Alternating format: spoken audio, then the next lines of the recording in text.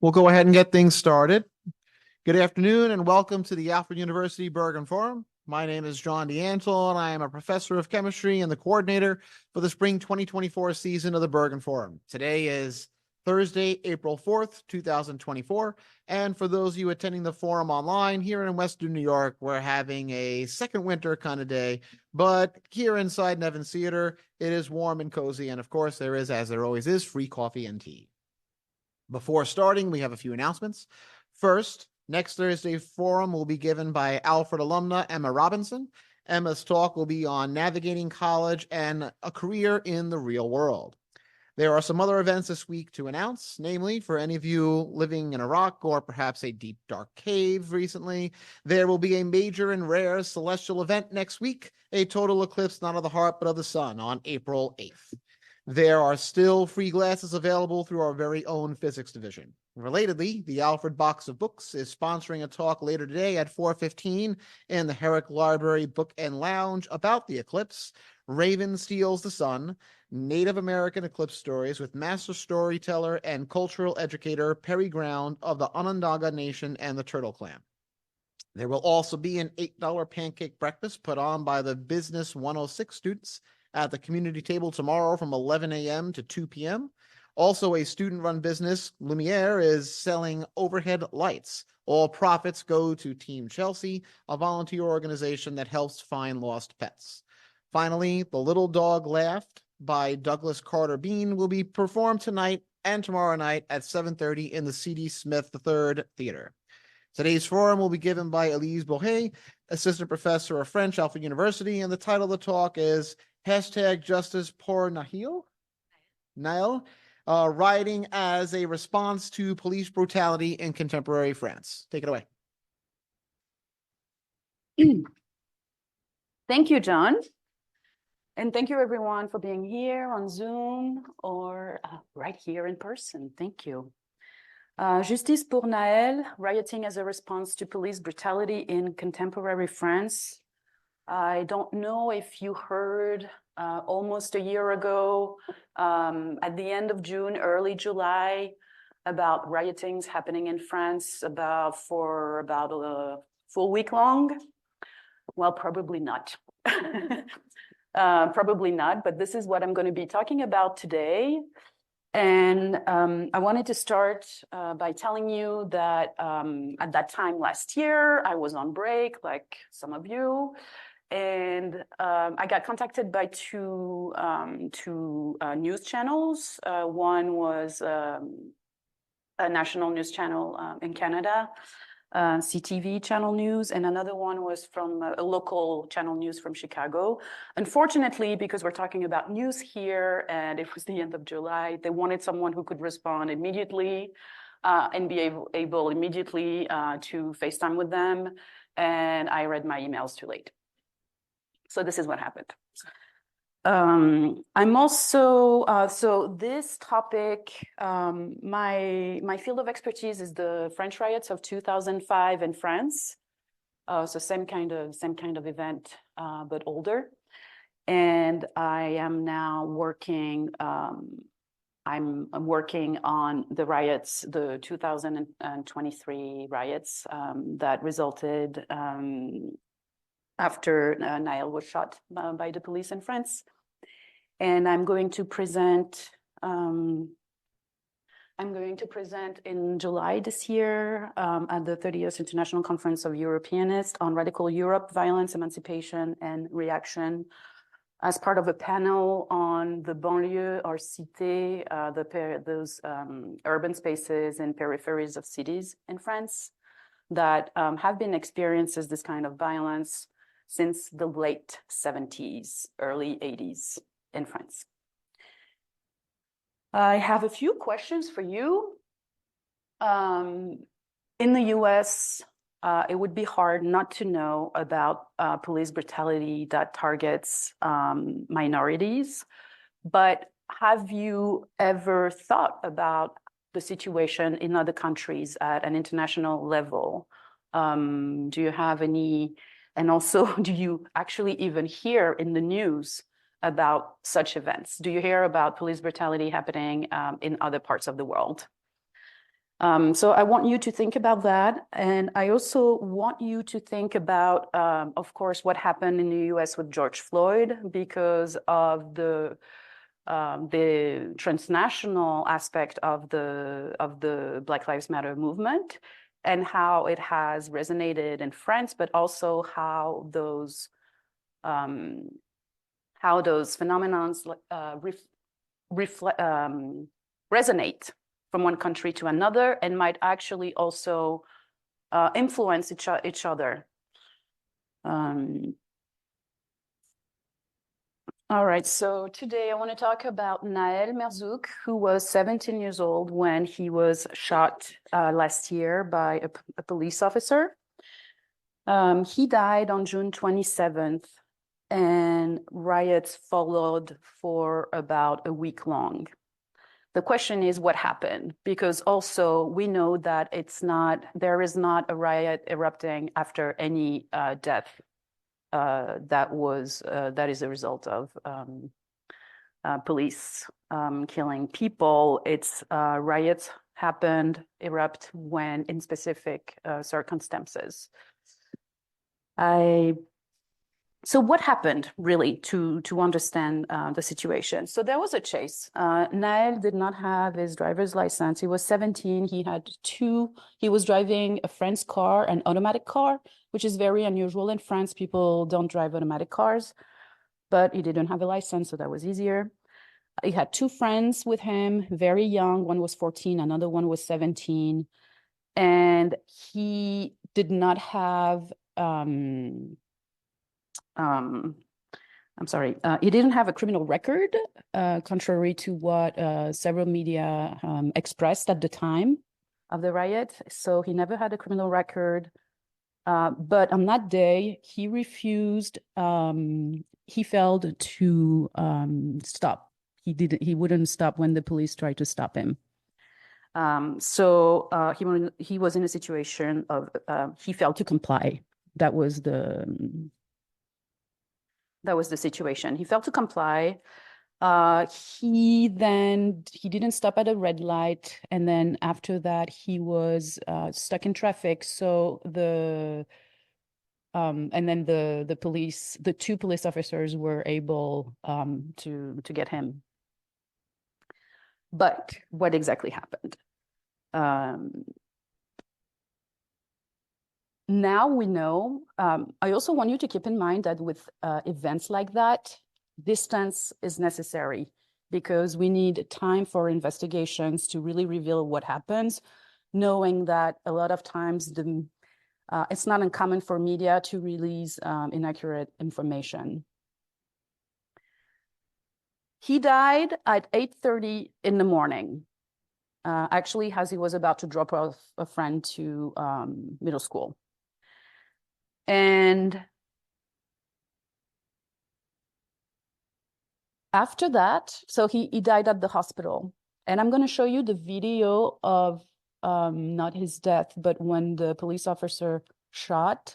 It is nothing graphic as what we saw with George Floyd. But also you can just close your eyes. But again, we don't see anything because it was a tinted car and he was inside. It doesn't mean it's fine. It doesn't mean it's not difficult to watch. When he after he was killed, so one of his friends got so scared, he left the car and ran away. The other one was taken into custody to make a statement of what happened. And while all of this was happening, there's a platform for French police to post on anything they want that happens during their work. And the first version that became public was that of the police officers, the two who were present, which that version was also used by the media, except that a couple of hours later, on Twitter, a witness released a video of what actually happened.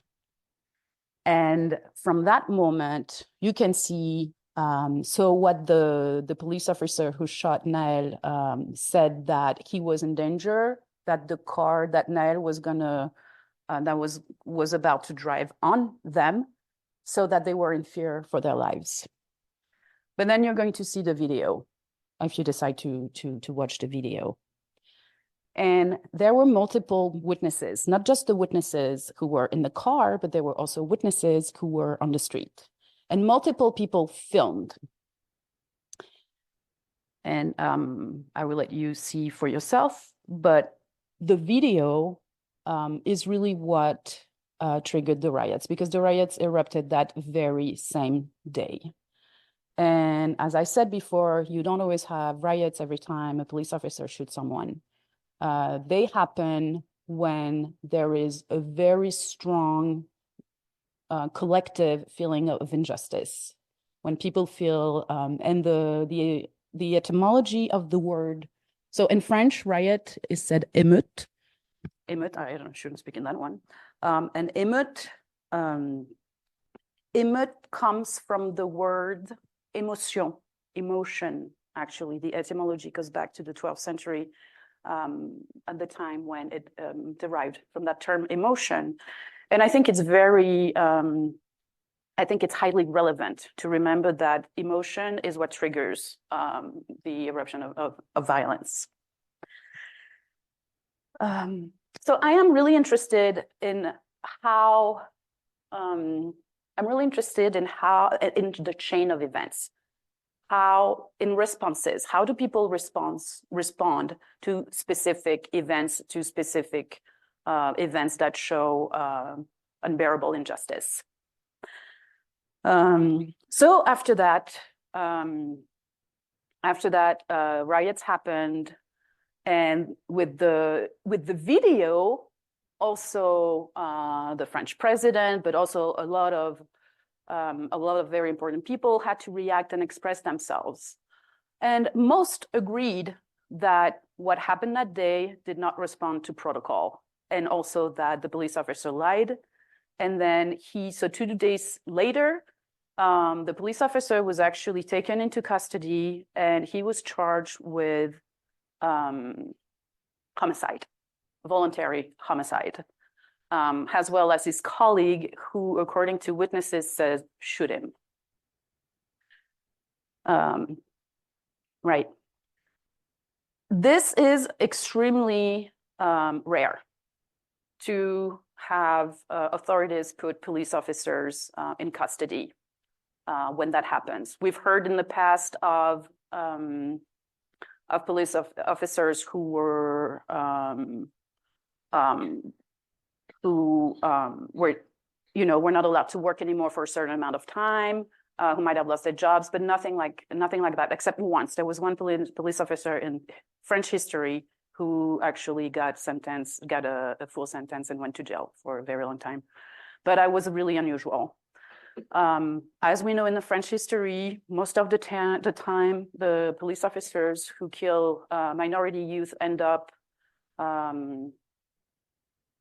they are not condemned, they are not sentenced.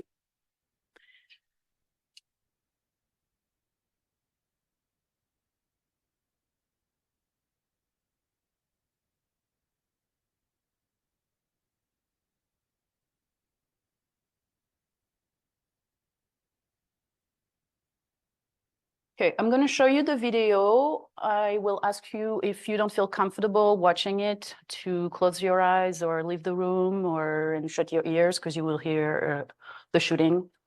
But this is the situation here. Nahel is driving this car, as you can see. He's right there. And there are 2 police officers on the side. The car is stopped. The car is not driving. I mentioned that the car is automatic. It's important because when Nahel was hurt, he dropped the pedal. That's why it's important. And therefore, it wasn't put in a neutral or park position. The car moved on its own. That's why it's very important. In French context, we have to explain that. So we're going to watch it. It's rather brief. So again, if you don't want to see it, it's happening now.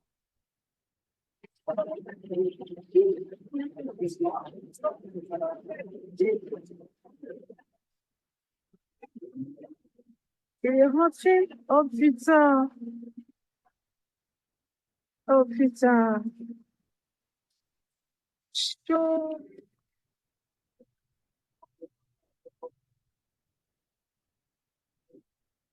So he was shot here and then ended up there, crashing because he was already, he was not dead already, but he was already dying at this point.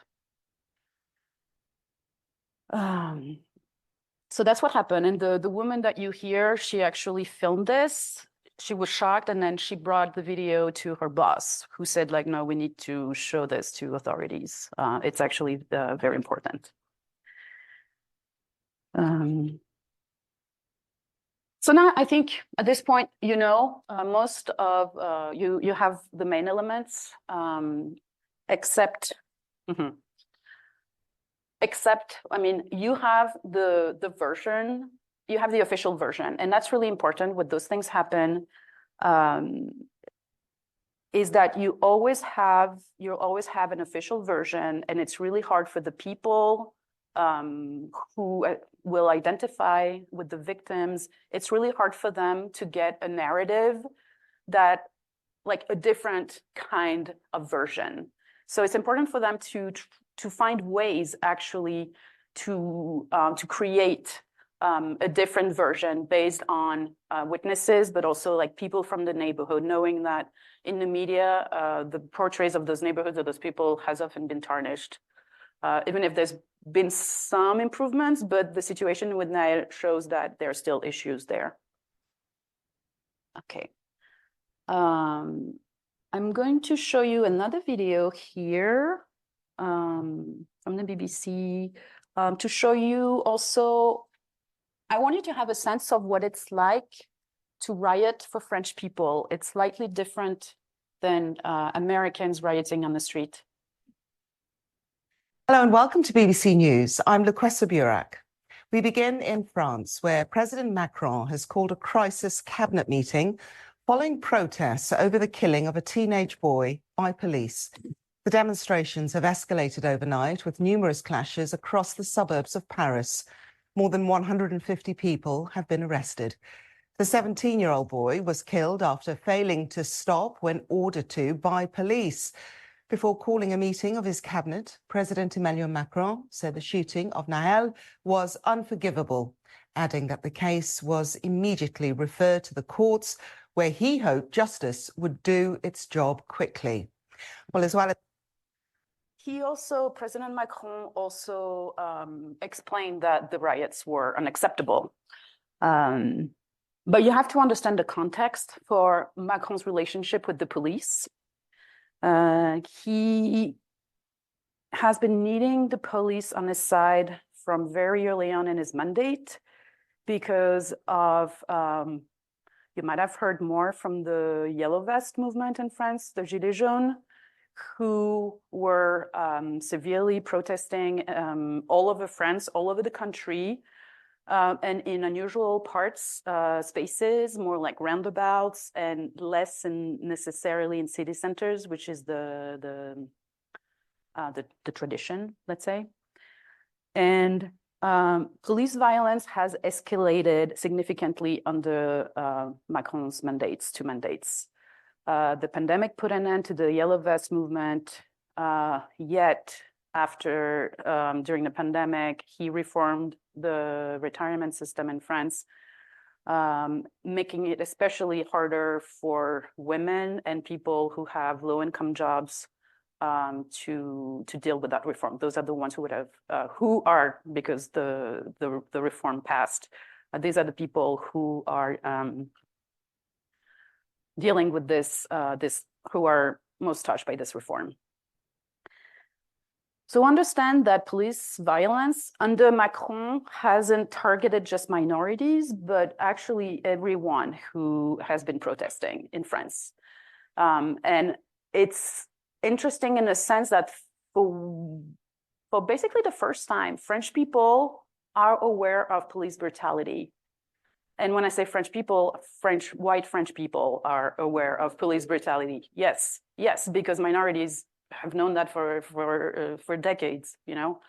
But now, and that's something that can be helpful for change, but not necessarily also, because some people will say, well, like, oh, well, you know, it also targets white people, so it's not necessarily against minorities, except that research shows absolutely that it targets minorities.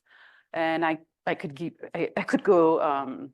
talk a lot more about this, but it would take too much time. So it is a fact.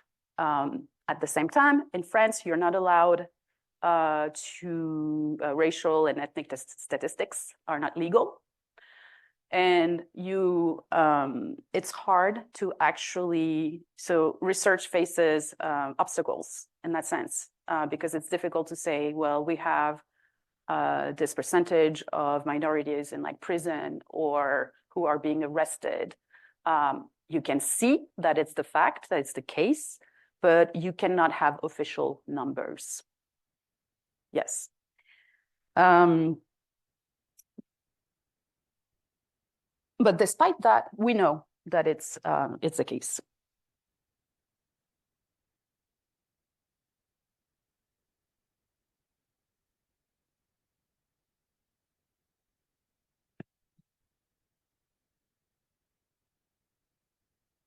Just a few pictures to show you the way that French people riot when it comes to police, as a response to police brutality. They burn cars. It's the main, so it's something that it's part of the way they operate when in the suburbs they're angry, they burn cars. That way they attract police and firefighters. Well, they attract firefighters, and when firefighters go somewhere, the police have to go as well. You understand that, so this is the day after, they look like corpses, car corpses, and you probably wonder, like, why burning cars? What's the deal here? Like, you're not really attacking the police, right? You're not, like, what is happening? I will list how they riot, and then we can talk about what it means. So they burn cars, they burn buildings, but usually state buildings. They burn trash cans, bus stops, anything that is usually in their neighborhood. So it's their own neighborhoods that they attack. It's not the Eiffel Tower. If you hear on the news that there's like war scenes in Paris, it's very likely to be completely inaccurate. Even in the news, they were saying that this was happening in the capital. It is not in the capital. There were some events that happened in Paris. That's extremely unusual. Most of the time, the violence happens home where those kids are, which I say kids because the majority of rioters are underaged. They are around 16 or 17. The average age of people who were arrested during those riots were 17. Yes. So, and they were boys. So people who completely identify with the victim and who really think they could be next. Because it's always the same thing. So this is an example of Paris, actually. So this is something that really shocked people. If Paris is under attack, we don't want tourists to see anything like that. That would be really bad. How about the life of French people in those neighborhoods affected by it? So this really is something that shocked French people a lot. To see vandalism and looting was kind of not exactly the first, but almost. So that's what's unique about these riots, is that a lot of it, and also what was shown, really had to do with looting and vandalism, an action that has been more seen in the UK or the US, but not as much in France, because in the French rioting tradition, people usually attack state symbols. It's clear, you know, when they attack their schools, they attack their gyms. And a lot of time they get discredited because they attack their own neighborhoods, you know, but what do they attack? They attack where state money goes. That's what it is. So there's something about having to do with visibility, the fire at night. Those riots happen at night most of the time. For the media, great opportunity. Oh, images of war and chaos in France. But it's more complicated than that. It's about attracting attention, and it's a type of expression, communication that is not verbal, obviously. It is also not traditional in the sense that it would be political. Why not having a protest, an organized protest, instead of that? Because also the people in those neighborhoods, they understand the rage of the youth, but they also condemn the destruction because it affects everyone. So some see it as some reproach them with not being political. But why? We have to think about the reality. Why is it that they don't choose a political method to express themselves and try to change things? What happens is that there was a political presence, left party presence in those neighborhoods for decades. Communist Party was very present. Socialist Party was also very present. But they have lost, the inhabitants have lost they've lost their trust in the left completely, or any political party, in fact, and have had less. So there are some organizations there to help, but the issue is that there's absolutely no faith in politics. They've given up on that, basically. So this is a document from the Interior Ministry of France. It's the timeline of the riots. As you see, it started on June 27th, and it lasted basically until July 5th. That's officially. I see here, so when I studied the riots of 2005 in France, what determined that we were still in rioting condition was that when burnt vehicles, which is here, so burnt vehicles, vandalized buildings, arrests, and police officers who have been injured. This is death, but be very careful with those numbers. At this point, I would say I don't know exactly if they qualify as death as a result of the riots. But it used to be that for France to be considered in a state of riot, you would have to have at least 100 burnt cars in the country. That's what was determined in 2005. They said after 3 weeks, okay, the riots are over because we're below 100 cars burnt today. Clearly, there was less happening here, you know, a lot less cars burnt. So the maximum, the peak of the violence was between June 29th and July 1st, let's say. And then after the third, really, there's a major decrease. So what happened during this time? Well, we know what happened on the 27th. And then we know that on the 29th, the police officer who shot Nahel was put in custody. And he's been in prison until November 14th, after which his lawyers negotiated with the law for him to be released, but under certain conditions. So there were also protests after he was released from prison, awaiting trial. He's suspended, of course. Suspended, not allowed to carry a gun. He's not allowed to talk to anyone related to what happened. And he's not allowed to, and his movements are very limited. He's being watched, basically. But a lot of people were really upset about that fact. And I have to say that because the investigation is underway, you know, those trials can be extremely long. They can take years and years and years. But the investigation is in process, and I've read that so far the investigation goes against the police version of what happened. The autopsy shows that Nahel was hit. The passengers said that he was hit 3 times with the grip of the gun. I don't know if you realize how painful that is. So he was hit 3 times, and when he was shot, the car was stopped. The other thing is he did not,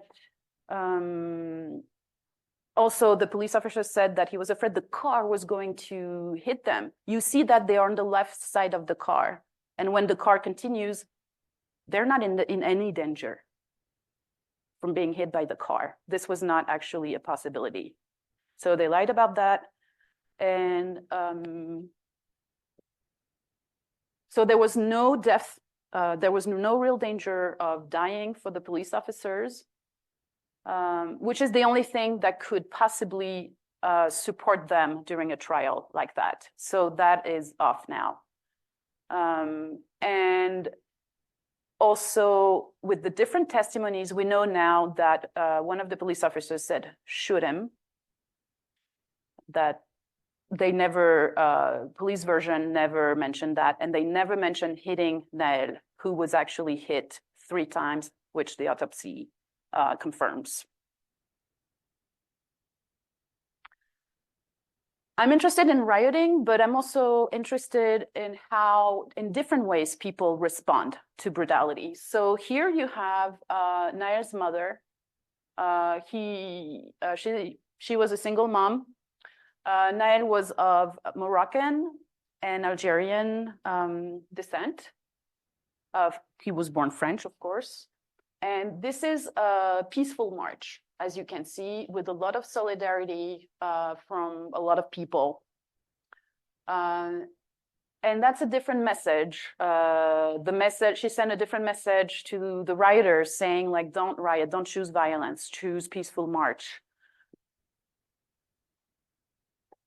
This is the most recent thing I have found about what's going on in Nahel's neighborhood. So this is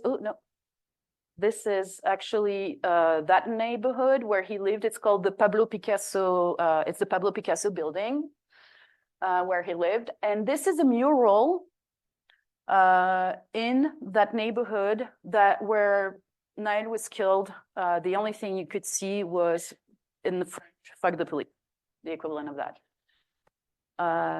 Adults were not very satisfied with that. They wanted things to change. And so immediately, people from that neighborhood decided to work together to build that mural. And it's especially 5 friends of Nahel who've worked on it, especially as a way to have their own version of what happened and not be trapped by one official version, to help them also heal. And also this allows for dialogue in those neighborhoods. I want to talk about words. Because a lot of time people confuse what is a protest, a riot. People say that riots happen, we're talking about a protest or a march, not the same at all. These things are very distinct. Riots are spontaneous because they respond to emotion, right? It's that reaction that you have. People are really shocked and they don't want to. People are shocked and they don't want to. They can't control the violence. In fact, it's an immediate. Whereas a protest is usually organized. It's legal. It doesn't mean that the police are necessarily going to be peaceful.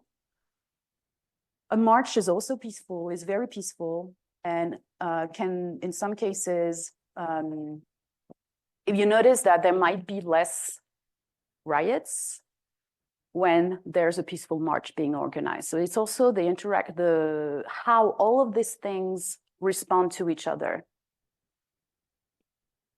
I will not show the next video because we may not have time. But again, remember when you're watching a news, when you're hearing about events, what are we talking about?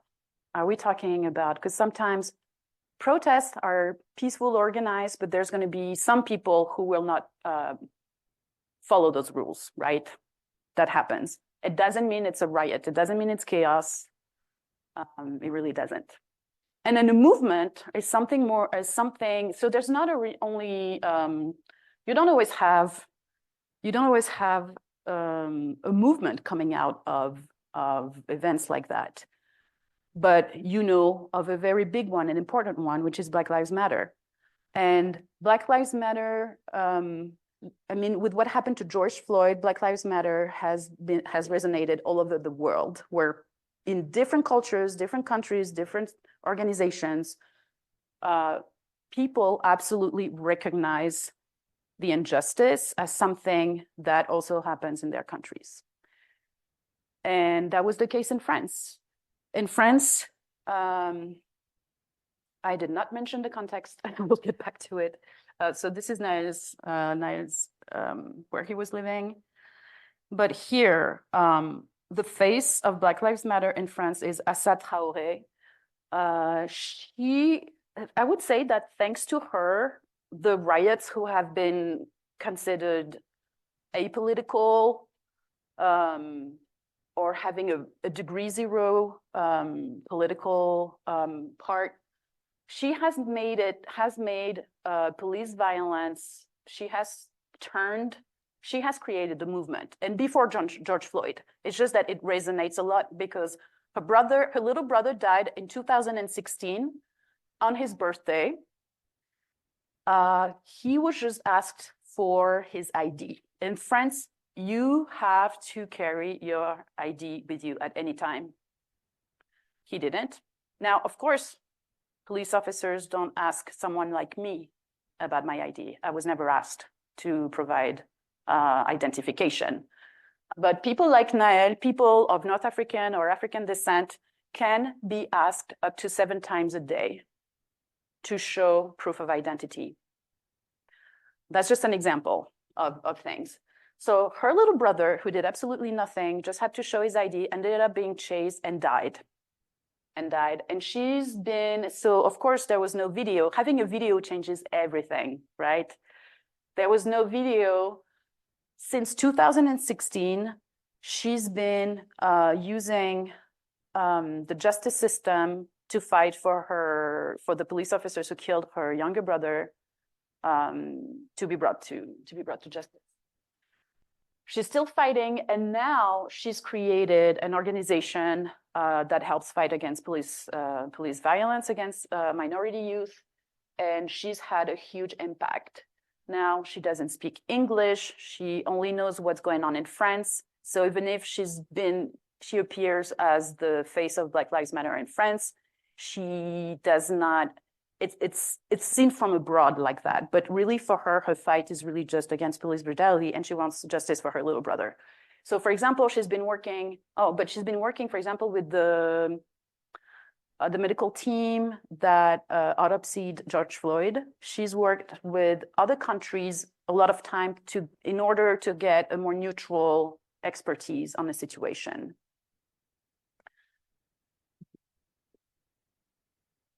And I will end with this, because I think time is limited. So I will end with her video.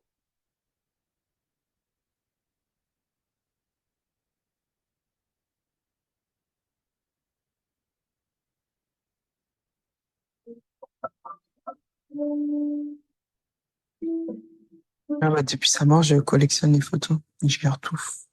Ce 19 juillet 2016, Adama Traoré sort dans la rue et on le tue et on l'abat. Pourquoi? Je sais pas. Tout ce que je sais, c'est que c'est mon petit frère. On a tué mon petit frère. Et j'ai dit que la mort de mon frère ne resterait pas un fait divers. Pas Adama Traoré, pas mon petit frère. Et le combat, on va le mener. Thousands marched into a Paris suburb to remember Adama Traoré, who died at the hands of French police 4 years ago. Mon frère est mort exactement de la même façon que George Floyd, sauf que les caméras, elles n'étaient pas là ce jour-là. La mort de George Floyd va venir imager la mort d'Adama Traoré. La violence policière est une suite de ce qu'il y a déjà. La France n'assume pas son histoire colonialisme. La France n'assume pas son histoire de l'esclavage. Et ça, She's saying that the racism that we see in the police, with the police violence, is only a reflection of French history. And France does not face its colonial history and doesn't face its slavery history. And that as long as FACE doesn't work on its own history, there will be issues of that sort. ça, on le prend en plein fouet. On a des comités Adama à travers le monde.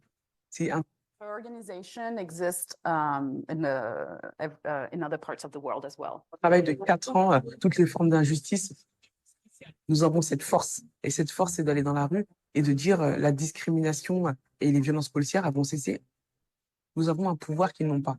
Parce que nous n'avons pas peur de la vérité. She's saying that they have a form of power that others don't have because they have the power of truth. Adama, les gendarmes t'ont tué, mais ils ne tueront pas ton nom. And I'm going to end here for today. And if you have questions.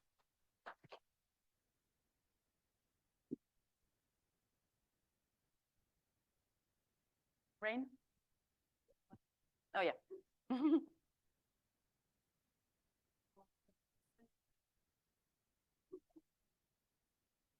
Thank you. I was gonna ask, you mentioned that in France you can't get like racial or ethnic statistics.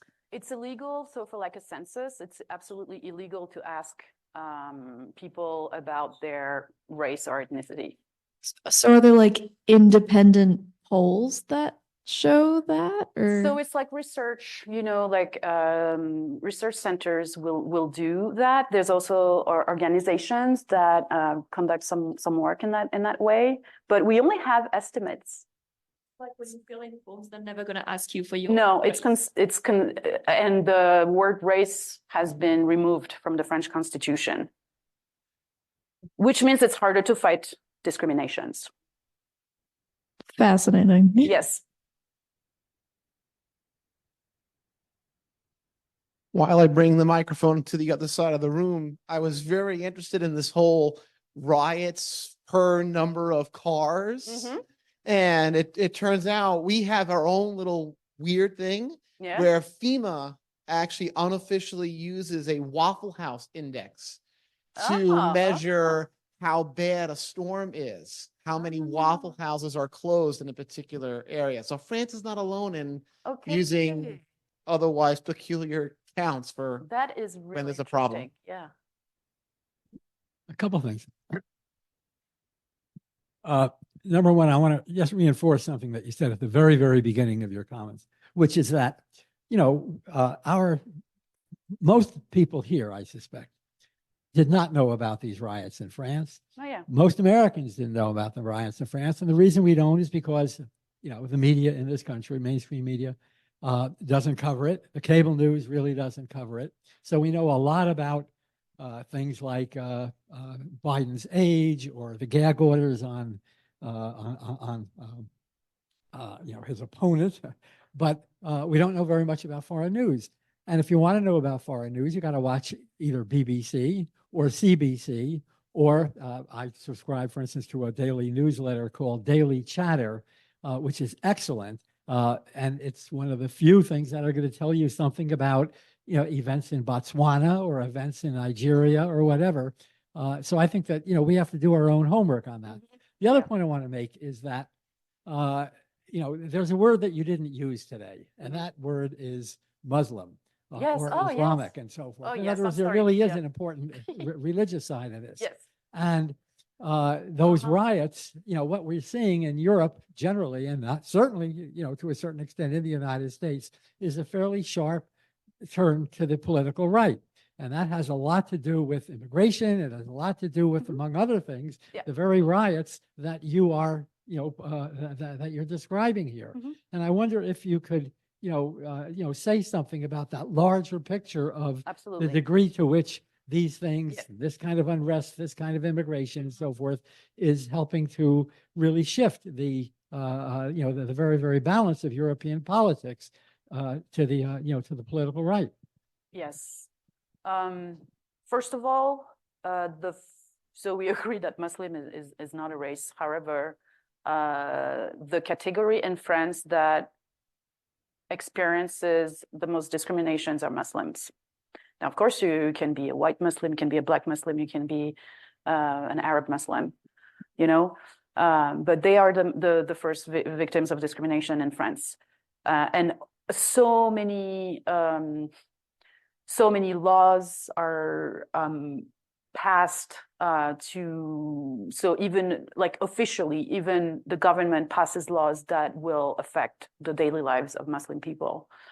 That's a really big question, but the Islamophobia it's a very complex question, it's very complex because there is that neo-colonial, post-colonial component to it with this part of the French population that is Muslim. And in France, they are more visible, if you want, than other religious groups in France. So that's why they have been targeted by law, by a lot of laws. One that is very famous is the ban on the veil, the hijab for girls in schools. But at the same time, there's been a lot of terrorism, fundamentalist terrorism, from fundamentalist Muslims, done in the name of fundamentalist Muslims in France. And that situation exists differently in parts of Europe. But we see at the same time, and like the extreme right, I can speak for France mostly, has gained more and more momentum, has increased its influence and its popularity, since it actually really, it very much coincides with the beginning of rioting. Why? Because that's the economic crisis started in the mid-70s, at the same time, like France stopped immigration, but allowed for the whole families of the working men to come to the country. So they show that there's a correlation between economic crisis and the rise of right-wing powers, parties and popularity. There's that. And who do we have? We have a Muslim population right now that is perceived as the reason for all of France's problem. I'd like you to, the next time you do a Bergren Forum, another topic, but is related to everything that you're talking about. And that is the degree of anti-Semitism that has developed on the political left, especially the immigrant left, and also on the right. In other words, you have kind of a convergence there. That's a subject too, which has gotten a little bit of attention in the American press, but certainly not enough. I mean, there's some, analogies, I suppose, that we have on this side of the Atlantic as well. And there's a great article in the current issue of the Atlantic magazine in the current, the April issue about, the degree to which anti-Semitism on the far right and the far left is beginning to converge. But in either case, I'd like to hear you someday talk about that, but that's a different topic altogether. Okay, yes, that is a different topic, yes.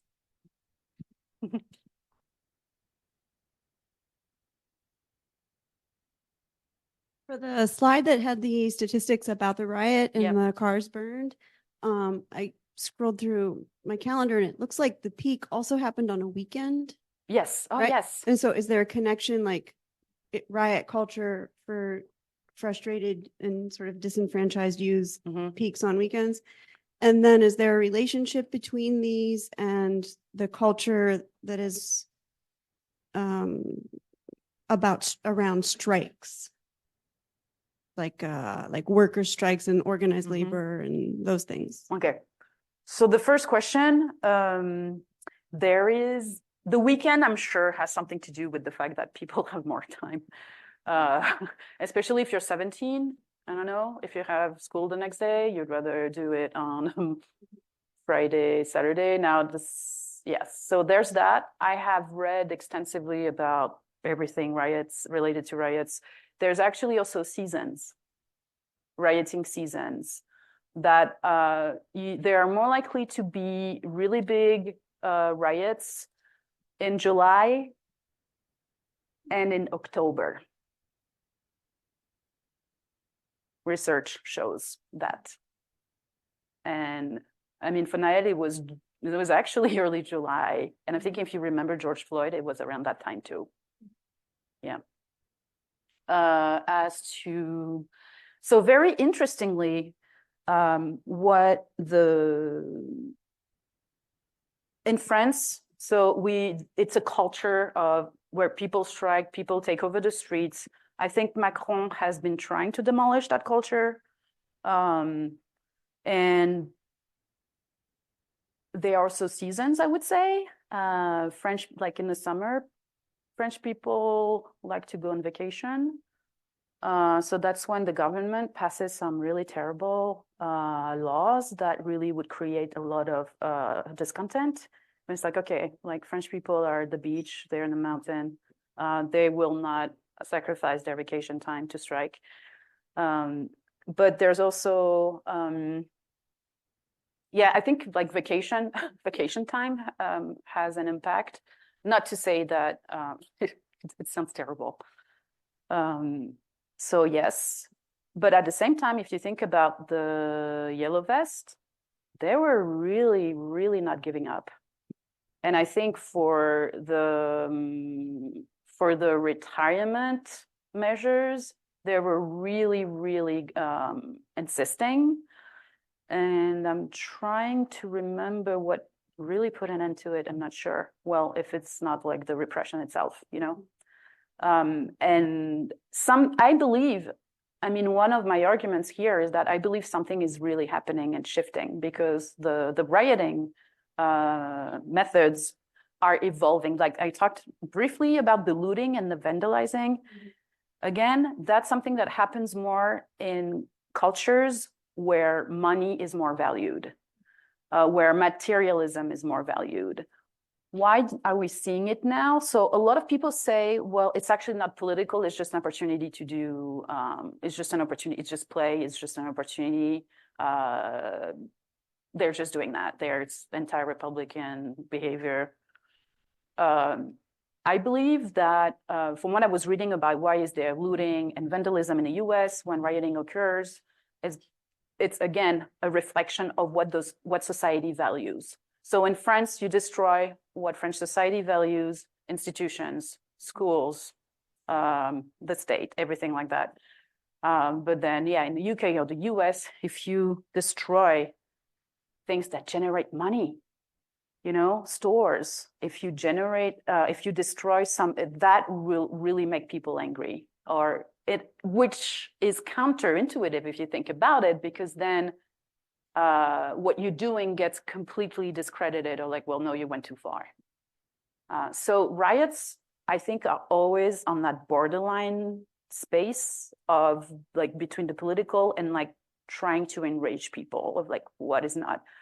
One of my argument, and it's something that I need to develop more, is that basically in terms of rioting, the scale of the rioting reflects like the scale of the indignation. So I'm interested in the 2005 riots and the 2023 riots for one reason. They've been compared to one another, but also it's because they have expanded over long periods of times. Because there's isolated riots all the time, but they don't turn into anything else, you know? It's when they become national that it's interesting. It's the multiplication of riots that's really interesting.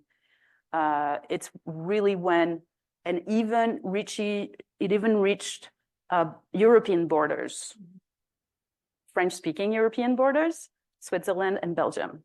in that case. So yes, there's so much to say about it. Yes. We got time for one more. I think you very clearly outlined the communicative intent Mhm. of the riots, where the protests take place, the kind of damage and destruction, the shift, Yes. into the city. So Macron, you said, also is trying to cut down on riots. What sort of interventions are planned to provide the communicative intent in a less destructive way? Yes.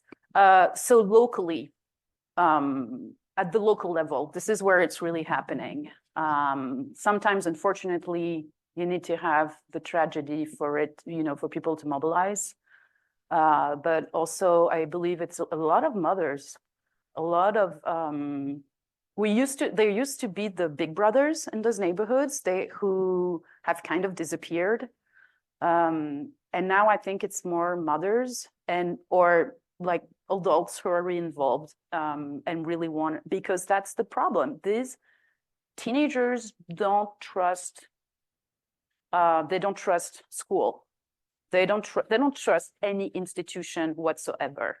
They know that politics is not what is going to help them. So it's very appealing for them.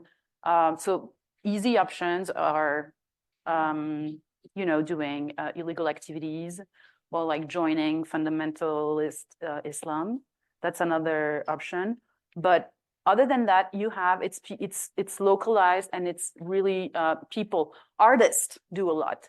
Also, athletes who come from those neighborhoods, they have a big influence. Kylian Mbappe expressed himself. He's like, when after Nahel was killed, he said, "My France hurts." They're always asked to express themselves. So those famous minorities. So I believe they have more of an impact than any politician. Yes. No. No, they've run out of ideas, honestly. Macron led actually a whole survey at the beginning of his mandate about the situation in the banlieue, and the report was very clear. We have this and those issues, all of this, there's problems with all of this. It was decided that nothing was going to be done. Why? Because the government has spent already so much money on those areas, and it has failed. And suppression, yeah, or are doing nothing. Like he clearly said, we're not going to do anything. Whereas in the past, if you had the left in power, it was more like, let's give money to organizations, let's put more money in education, all of that. And when you had a more conservative government, it was more like, no, let's give more power to the police. Or if government was more on the left, it was like, let's change the way, let's have police that live in those spaces and have a different relationship with them. That was cut right before the 2005 riots happened. Yeah. So not enough is being made by the government. That's very clear. We are out of time, but there is a question on Zoom. I have cut and pasted it. If you want to look at it to be able to read the question to be able to answer, but it is 1:15. Thank you all today, and let's thank Elise again for a talk. Thank you.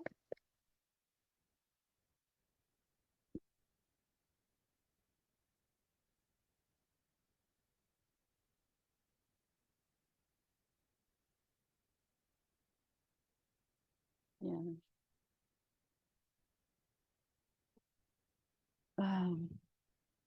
Are people still in Zoom? Yes. Okay. So I'm going to respond to Jeremy Grant. So that's the word riot. Yes, has been really it's been racialized, and it has developed negative connotations in France as well. Absolutely. And from a lot of different people, actually. And I think people in research really insist on keeping the word riot, the word émeute, because of the etymology, because we want to remember that it has to do with emotion. We don't want to forget that. But originally, the word émeute did not have those connotations. It's how it's been used by the media that has like tarnished that term, and like it has given it more connotations that were never there to begin with. I hope I answered that question. Thank you. Okay. Thank you.